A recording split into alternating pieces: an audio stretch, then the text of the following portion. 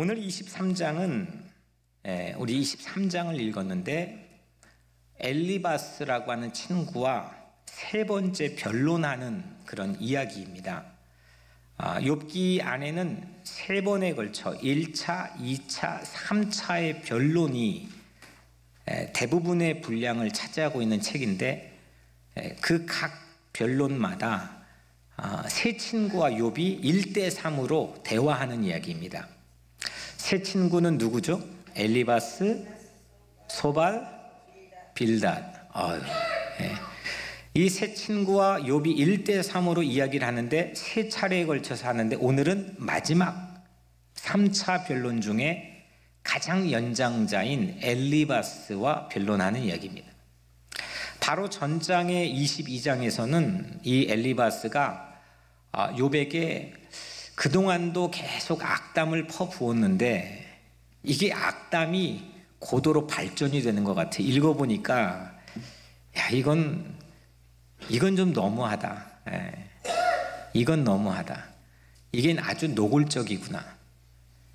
상처가 있는데 거기다가 의도적으로 소금물을 부어놓는 것처럼 쓰라리고 아프고 휘저어놓는 이 엘리바스의 말을 욥이 다 듣고 오늘 23장 우리가 읽은 본문은 그걸 다 듣고 욥이 답변을 한 욥의 이야기입니다.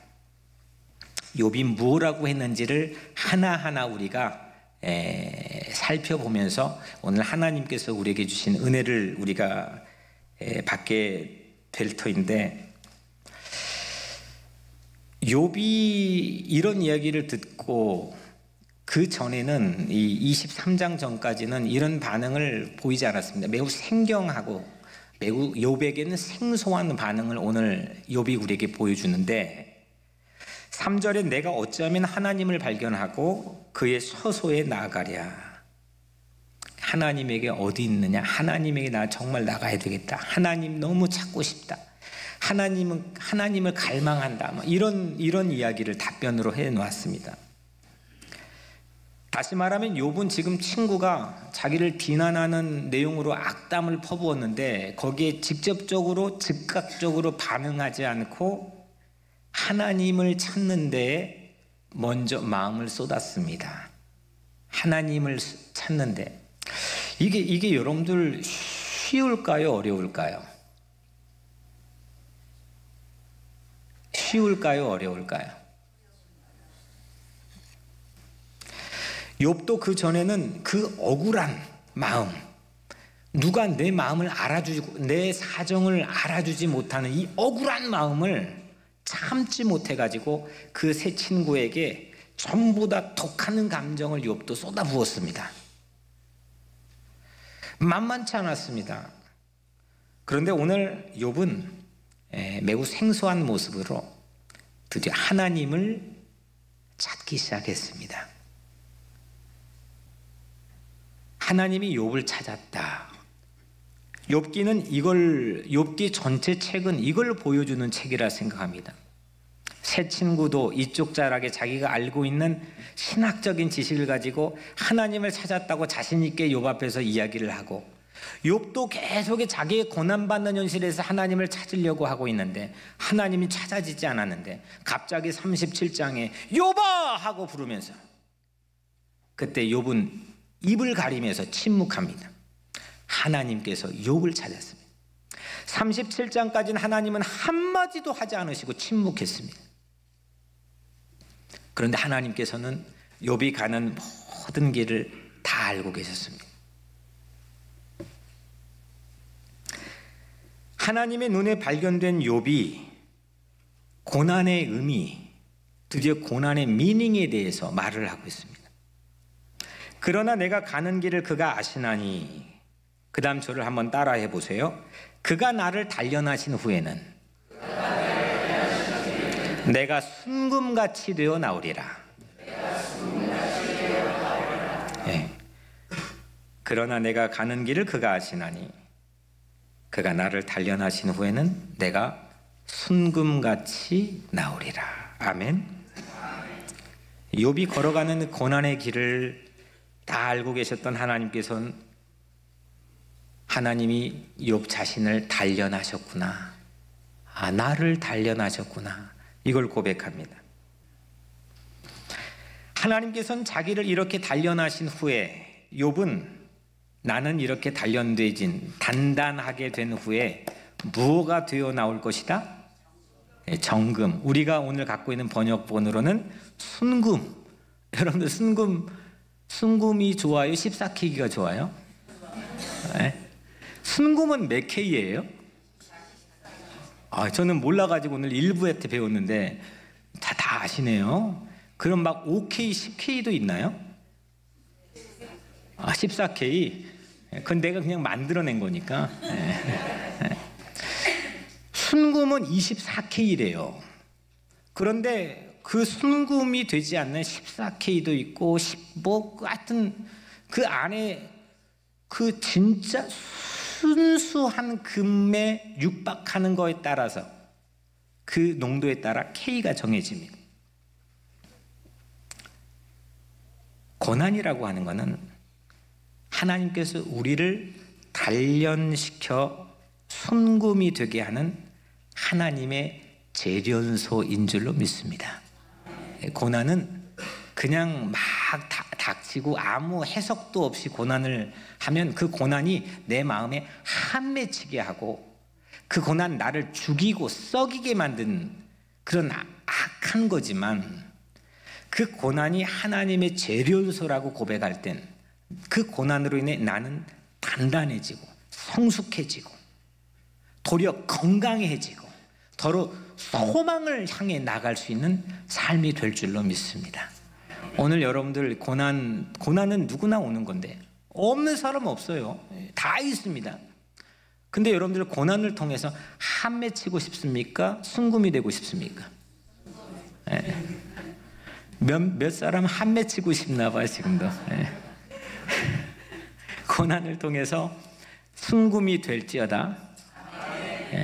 순금이 될지어다. 다 순금 되시길 바랍니다. 재련소 같은 세상은 진짜 재련소 같은 세상인 것 같아요. 왜냐하면 수 없는 고난이 이 안에 있거든요. 세상이 이 발딛고 사는 이 지구덩어리가 재련소 같아요. 불덩이 같아요. 계속해서 뭔가를 재련하고 있어요. 고난과 시험이 끊임없이 우리에게 닥쳐옵니다. 근데 하나님께서 이 재련소 같은 세상에서 무엇 한 가지를 하고 계세요. 뭘 하고 있느냐? 오늘 말씀을 준비하면서 제게 주신 감동은 분리 작업을 한창 진행하고 있습니다. 재련소의 묘미는 분리거든요. 불순물과 진짜를 분리하는 거죠. 불순물과 순금을 분리하는 작업을 하나님이 이 지구 땅덩어리에서 욥 시대부터 지금까지도 끊임없이 진행하고 있습니다. 모든 불순물이 다 빠져버리고 0.0000001%도 불순물이 남지 않고 다 빠져버리고 순금만 남는 것, 그걸 24K라고 한대요. 오늘 여러분들 전부 종국의 하나님 앞에 서는 날 24K 꼭 되기를 주의 이름으로 축복합니다. 네.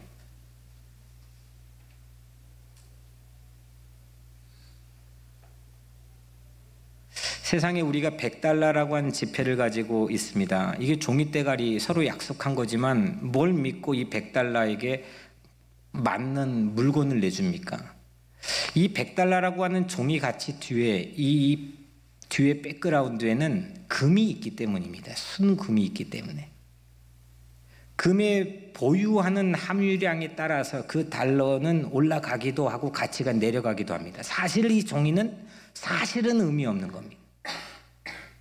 마찬가지로 우리의 이 육신 껍데기를 가지고 살아가는 우리 인생, 이게 가치가 얼마나 될까? 누가 나를 알아줄까? 내가 좀 더 열심히 노력해 뭔가를 성취해야 사람들이 알아주겠지. 거기에서 우리는 행복이 있지 않습니다. 내 백 뒤에는 나를 뒷받침해준, 내 가치를 증언해주는 금이 있어야 됩니다. 내 영혼이 순금같이 되어 나올 때 내 삶의 진정한 가치가 매겨지는 거죠. 오늘 여러분들의 삶이 세상 어디에 내놔도 10달러, 100달러 정도가 아니라 예수님은 천하와도 바꿀 수 없는 그런 놀라운 가치가 여러분들의 한 인생 안에 담겨 있다 했는데, 그런 자존감 회복되고 그렇게 내 삶의 가치가 회복되는 순금이 되어 나오는 그런 인생을 꿈꾸시기를 주님의 이름으로 축원합니다. 오늘 이제 마지막 대지입니다. 지난 주일날 읽은 오스왈드 챔버스의 책인데, 여러분들 내 인생의 최고봉 그래서 365일로 나눠 가지고도 책 쓰고, 1905년도에 아마 이 책이 집필되었을 텐데, 오스왈드 챔버스가 쓴 욥기라고 하는 책입니다. 그는 40이 되지 못해 죽었습니다. 그리고 어떻게 어렵게 군대로 끌려가서 만신창이가 되어 고난을 경험했는데, 막사에서 그 군인들을 모아놓고 1905년도에 성경을 가지고 강의한 내용을 출판한 책이 욥기, 오스왈드 챔버스의 욥기입니다. 그 내 인생의 최고봉은 전문가가 그러는데, 그건 가장 나중에 읽어야지 이해할 수가 없는 책이라는 겁니다.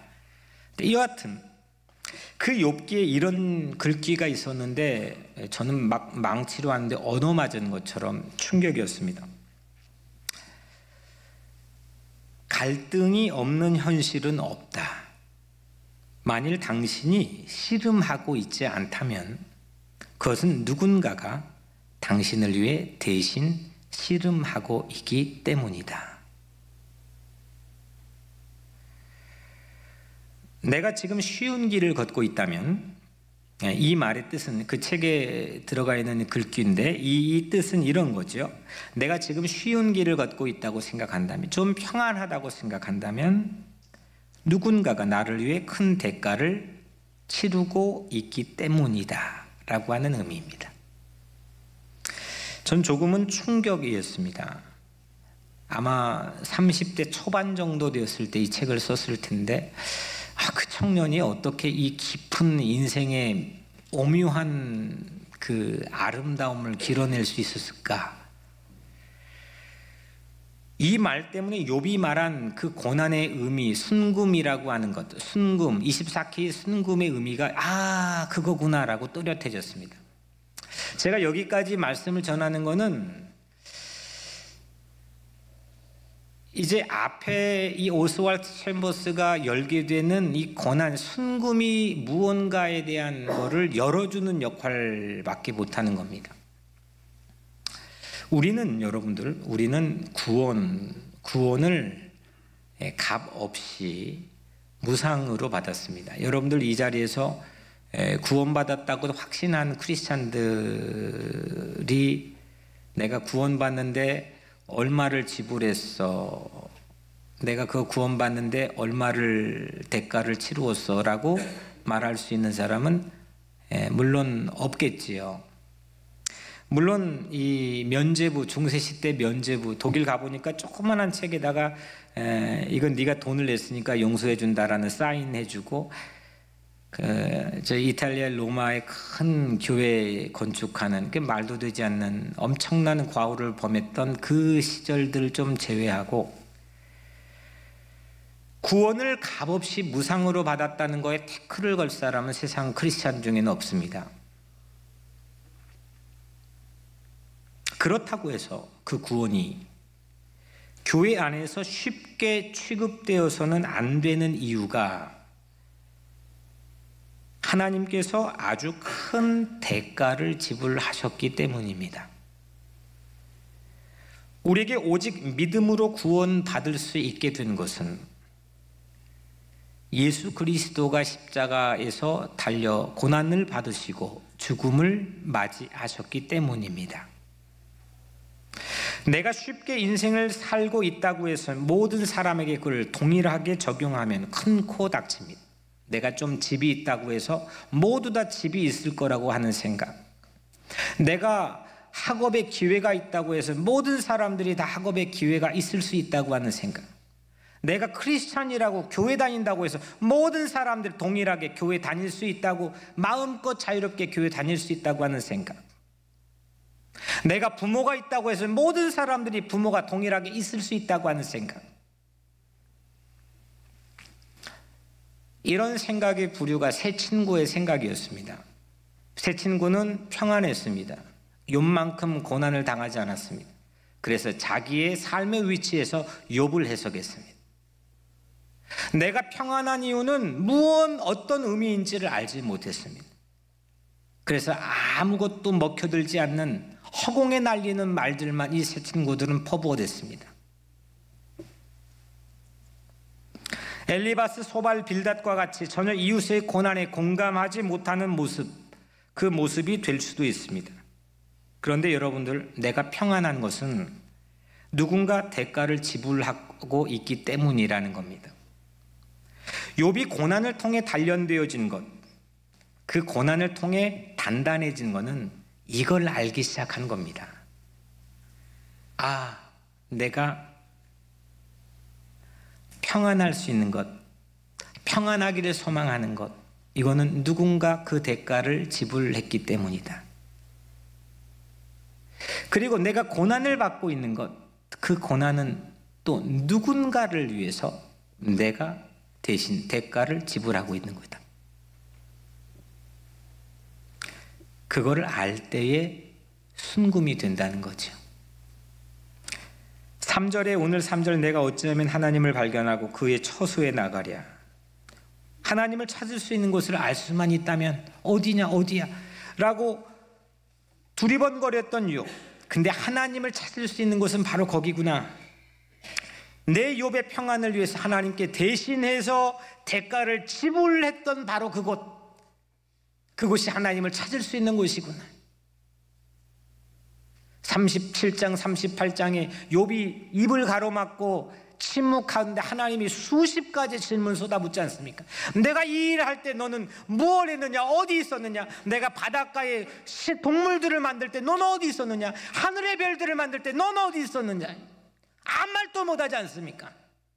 욥이 평안할 때 하나님은 일하고 대가를 지불했습니다.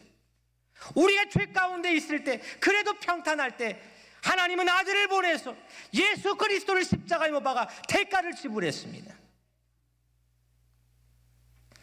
욥이 그때야 순금이 되는 겁니다. 우리가 지구에 살고 있는 이유는, 이 지구를 발딛고 살고 있는 이유는 어머니들이 우리를 낳기 위해 출산의 고통을 대신 경험했기 때문입니다. 우리가 지구를 굴리시고 지구를 미시는 하나님 나라에 갈 수 있는 것은 예수 그리스도가 우리를 거듭나게 하도록 십자가에 대신 달려 돌아가셔 우리 죄를 대속하게 한 줄로 믿기 때문입니다. 욥기 19장 25절 내가 알기에는 나의 대속자가 살아계시니 마침내 그가 땅 위에 서실 것이라. 고난 속에서 단련된 욥은 대속자를 고백하는 찰나를 맞이합니다. 대속자의 고난, 나를 대신해 대가를 지불한 그 대속자의 고난은 욥의 희망이 되었고, 욥의 고난은 우리를 대신해서 희망이 되고 있는 겁니다. 나의 고난은, 나의 어려움은 내 자식 새끼들을 위해서 대신 대가를 지불하는 것이고, 내 이웃에게는 그 내 고난이 희망이 되는 것이고, 누군가의 고난은 오늘 우리 삶의 평안을 지탱해 주고 있는 고마운 아픔이 되고 있다는 겁니다. 이걸 깨닫는 것이 철드는 거고, 이걸 깨닫는 게 성숙한 신앙이 되는 거고, 이걸 깨닫는 것이 순금이 되는 첩경이라고 하는 것을 욥은 우리에게 보여주고 있습니다. 내가 서 있는 것은 부모님의 고난 때문이고, 목사가 서 있는 것은 성도들의 수고 때문이고, 성도가 서 있는 것은 목사의 고난 때문이며, 이것을 서로가 깨닫고 성숙하고 단련되게 하는 순금이 되어가는 길이 바로 이 마음을 갖게 되는 길이라는 겁니다. 저는 그 순간 저는 그때 제게 주신 꿈의 의미를 그때서야 비로소 깨달았습니다. 티끌처럼 작은 것인데 태산만한 어려움으로 끌려다니는 우리 각자의 삶의 고난을 그럼에도 불구하고 굴리시고 대신 밀어주시는 하나님, 나를 굴리고 미셔서 새날 새해를 맞게 하시는 그 하나님의 대속하신 고난의 공전과 자전, 저는 그냥 하나님이 초인적인 능력을 가지고 굴려라 하면 굴려가고 밀어라 하면, 그것도 시속 31.5km, 이 지구가 해를 주변으로 공전을 하는데 한치의 오차도 없이, 우리는 엑셀, 자동차 엑셀을 조금만 빨리 밟아도 내 감정에 따라 50이 됐다 30이 됐다 100이 됐다가 합니다. 근데 하나님은 한치의 오차도 없이 31.5km를 유지해서 이 지구를 공전시키고 있습니다. 이게 뭐냐? 하나님의 초인적인 능력으로만 할 줄 알았던 제 마음속에 주신 깨달음은, 하나님께서 나를 대신하여 십자가 이 대속의 죽음을 통해 하나님이 아직 심판하지 않으시고 기다리시면서 이 지구를 아직도 굴리고 미시면서 자전과 공전을 하게 우리에게 새 날을 맞이하게 하신다는 겁니다. 사랑하는 성도 여러분, 우린 멋있는 신앙 갖고 있는 거 아닙니까? 멋있는 사람인 거 아닙니까?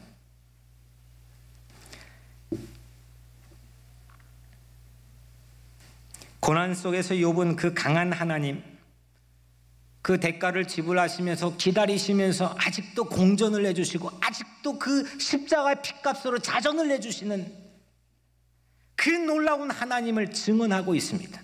욥이 말입니다. 올해 우리는 그 증언의 꿈을 하나님에게서 받았습니다. 억울한 상황에서 내 주변에 엘리바스 같은 사람들에게 마음을 빼앗기지 맙시다. 억울한 상황에서 최고의 출구는 날 대속하신 하나님을 찾는 것입니다. 사실 내가 하나님을 찾기 전에 하나님께서 황무지에서도 눈동자같이 우리를 이미 찾아주셨습니다.